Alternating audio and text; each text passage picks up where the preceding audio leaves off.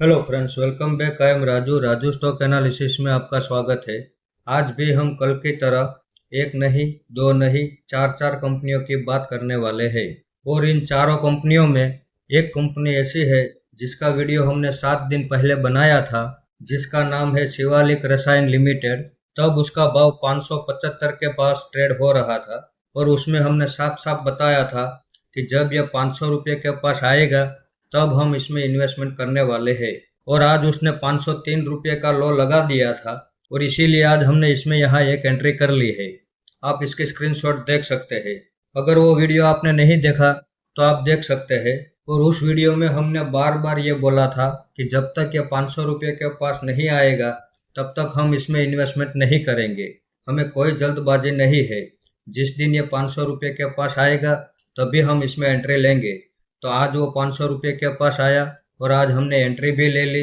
अब हम उस वक्त भी 575 के भाव पे तो बाय कर सकते थे, क्योंकि वो ऑल टाइम हाई से तो अच्छी खासी गिरावट तो कर चुका था। लेकिन फिर भी हमने इंतजार करने की बात क्यों की? क्योंकि चार्ट में साफ साफ नजर आ रहा था कि वो 500 रुपये के पास आएगा। अब हमने 7 दिन तक इंतजार किया तो 15% का फायदा भी तो मिला। अब 7 दिन के बाद यही स्टॉक हमें 15% सस्ता मिल रहा है, तो ये भी बड़ी अच्छी बात है। अब हमने 500 रुपये तक गिरावट करने का इंतजार किया तो ये शेयर हमें 15% सस्ता भी तो मिला।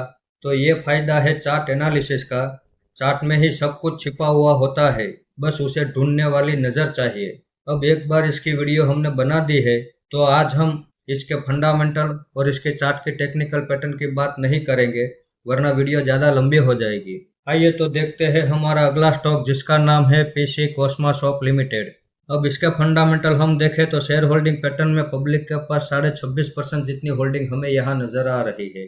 उसमें भी 2.5% जितनी होल्डिंग तो बड़े इन्वेस्टर के पास है, यानी कि पब्लिक के पास केवल 24% जितनी होल्डिंग है। डीआईएस के पास 0.78 पॉइंट जितनी होल्डिंग है। और आप यहाँ पे देख सकते हैं कि 2024 से पहले डीआईएस की इसमें बिल्कुल होल्डिंग नहीं थी। अब डीआईएस ने इसी साल मार्च महीने में ही इस कंपनी में एंट्री ली है, तो ये बड़ी अच्छी बात है। 72.58% जितनी होल्डिंग प्रमोटर के पास है। इसके आगे बैलेंस शीट में हम देखें तो इस कंपनी के ऊपर सिर्फ 2 करोड़ का कर्ज है, उसके सामने 46 करोड़ का रिजर्व है। अब 2014 से लेकर अब तक का जो हमने रिजर्व का डेटा देखा तो हर साल इस कंपनी में रिजर्व बढ़कर ही आ रहा है। तो इस हिसाब से इस कंपनी की बैलेंस शीट बड़ी पावरफुल और दमदार है। उसके आगे प्रॉफिट एंड लॉस सेगमेंट में हम देखें तो ईयर ऑन ईयर ये कंपनी कंपलसरी प्रॉफिट कर रही है। साथ में यह कंपनी हमें डिविडेंड भी दे रही है। अब मार्केट कैप में हम देखें तो एक छोटी सी कंपनी है, लेकिन इसका बिजनेस मॉडल काफ़ी अच्छा है। तो जैसे आपने देखा कि इसका फंडामेंटल में कहीं कोई खराबी नहीं है और अभी ये अपने ऑल टाइम हाई से हमें 52% की गिरावट पे मिल रहा था, तो आज हमने इसमें यहाँ एक एंट्री कर ली है। आप इसकी स्क्रीनशॉट देख सकते हैं। इसमें हमारा दूसरा सपोर्ट 250 के भाव पे रहेगा। अगर यहाँ से और ज़्यादा बड़ी गिरावट करते हुए 250 के पास आता है तो वहाँ पे हम दिल खोल के इन्वेस्टमेंट करने वाले हैं। इसमें हमारा जो टारगेट है वो 1000 रुपये के पास रहेगा। वहाँ पे हम 75% होल्डिंग एग्जिट कर देंगे और बाकी बचे 25% होल्डिंग लॉन्ग टाइम के लिए छोड़ देंगे। इसका चार्ट आप देख सकते हैं। ये हायर हाई हायर लो के पैटर्न से ऊपर की ओर मूवमेंट कर रहा है। ये गिरावट करेगा, बड़ी गिरावट भी करेगा, लेकिन इसके चार्ट में हमें इतना भरोसा मिल जाता है कि जब यह बाउंस बैक करके नई तेजी की रैली चालू करता है तो अपने पिछले ऑल टाइम हाई को ब्रेक करके एक नया ऑल टाइम हाई भी तो ये बनाता है। यहाँ पे भी देख लीजिए, गिरावट हुई, बड़ी गिरावट हुई, लेकिन जब बाउंस बैक किया तो फिर से एक नया ऑल टाइम हाई भी तो बनाया। तो ये बार बार गिरावट करता है, बड़ी गिरावट भी करता है, लेकिन जब यह बाउंस बैक करता है तो पिछले ऑल टाइम हाई को ब्रेक करके एक नया ऑल टाइम हाई भी तो ये बनाता है। तो इस कंपनी के ऊपर हम भरोसा कर सकते हैं। आइए तो अब देखते हैं हमारा अगला स्टॉक, जिसका नाम है श्री दिनेश मिल्स लिमिटेड। अब इसके फंडामेंटल हम देखें तो शेयर होल्डिंग पैटर्न में पब्लिक के पास 50% जितनी होल्डिंग हमें यहाँ नजर आ रही है।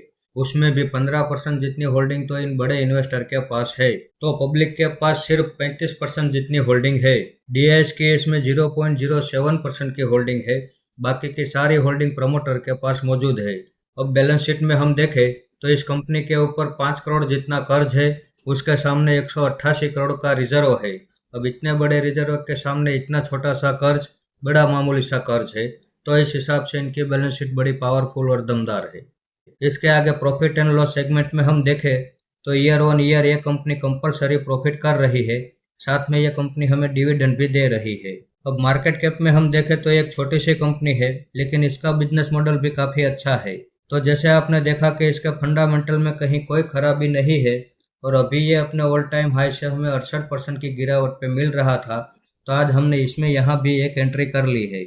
इसकी स्क्रीनशॉट आप देख सकते हैं। इसमें हमारा दूसरा सपोर्ट 140 के पास रहेगा।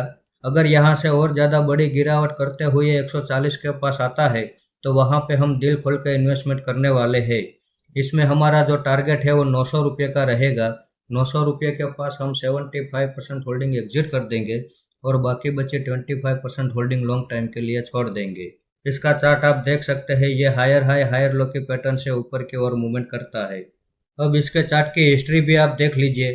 गिरावट करेगा, बड़ी गिरावट भी करेगा, लेकिन जब यह गिरावट का सिलसिला खत्म कर देता है, उसके बाद जब यह बाउंस बैक करके नई तेजी की रैली चालू करता है तो अपने पिछले ऑल टाइम हाई को ब्रेक करके एक नया ऑल टाइम हाई भी तो ये बनाता है। तो अभी यह जिस तरह से गिरावट कर रहा है, तो इस गिरावट का फायदा उठाने के लिए हम तैयार है। तो इस कंपनी के ऊपर हम भरोसा कर सकते हैं। आइए अब देखते हैं हमारा अगला स्टॉक ओवेबल फूड्स लिमिटेड। अब इसके फंडामेंटल हम देखें तो शेयर होल्डिंग पैटर्न में पब्लिक के पास 31% जितनी होल्डिंग हमें यहाँ नजर आ रही है। डीआईएस के पास 0.01% की होल्डिंग है, बाकी की सारी होल्डिंग प्रमोटर के पास मौजूद है। अब इसकी बैलेंस शीट हम देखें तो इस कंपनी के ऊपर सिर्फ 27 करोड़ का कर्ज है, उसके सामने 76 करोड़ का तो रिजर्व है। तो इस हिसाब से इनकी बैलेंस शीट भी बड़ी पावरफुल और दमदार है। इसके आगे प्रॉफिट एंड लॉस सेगमेंट में हम देखें तो 2022 से पहले कभी लॉस कभी प्रॉफिट किया करती थी, लेकिन 2022 के बाद आप देख सकते हैं कंपलसरी ये अच्छा खासा प्रॉफिट कर रही है। अब मार्केट कैप में हम देखें तो चौथे नंबर पे इसका नाम हमें यहाँ नजर आ रहा है। अब इस कंपनी का बिजनेस भारत के साथ साथ विदेशों में भी चल रहा है, जिसमें कुछ देशों के नाम हमें यहाँ नजर आ रहे हैं, जिसमें पहला नाम है Austria, Belgium, Germany, Sweden, Italy, Poland, Japan, Korea, Philippines, Indonesia, Saudi Arabia and UAE. तो इन सभी देशों में इस कंपनी का बिजनेस चल रहा है, ये बड़ी अच्छी बात है। अब जैसे आपने देखा कि इस कंपनी के फंडामेंटल में कहीं कोई खराबी नहीं है और अभी ये अपने ऑल टाइम हाई से हमें 68% की गिरावट पे मिल रहा था, तो आज हमने इसमें यहाँ एक एंट्री कर ली है। इसकी स्क्रीनशॉट आप देख सकते हैं। इसमें भी हमारा दूसरा सपोर्ट 60 रुपये के पास रहेगा। अगर यहाँ से और बड़ी गिरावट करते हुए 60 रुपये के पास आता है तो वहाँ पे भी हम दिल खोल के इन्वेस्टमेंट करने वाले हैं। इसमें हमारा जो टारगेट है वो 350 रुपये का रहने वाला है। 350 के भाव में हम 75% होल्डिंग एग्जिट कर देंगे और बाकी बचे 25% होल्डिंग लॉन्ग टाइम के लिए छोड़ देंगे। तो बाजार की गिरावट में जब इतने अच्छे खासे फंडामेंटल वाली कंपनी इतनी अच्छी खासी गिरावट पे और सस्ते वैल्यूशन पे हमें मिल रही हो, तो ये हमारे लिए गोल्डन अपॉर्चुनिटी होती है। तो इस गोल्डन अपॉर्चुनिटी को हमें छोड़ना नहीं चाहिए और इस गिरावट में हम बिना डरे अपना इन्वेस्टमेंट बढ़ाते जाएंगे तो आगे चल के हमें प्रॉफिट मिलेगा और बड़ा प्रॉफिट मिलेगा। तो इस वीडियो को आप मेरी ओर से बाइंग या सेलिंग की रिकमेंडेशन ना समझें, ये मेरा पर्सनल व्यू है जो मैं आपके सामने शेयर कर रहा हूँ। ऐसे ही अच्छे अच्छे टेक्निकल और फंडामेंटल वाले स्टॉक में आपके सामने लाता रहूँगा। आपने यहाँ तक मेरा वीडियो देखा उसके लिए आपका बहुत बहुत धन्यवाद।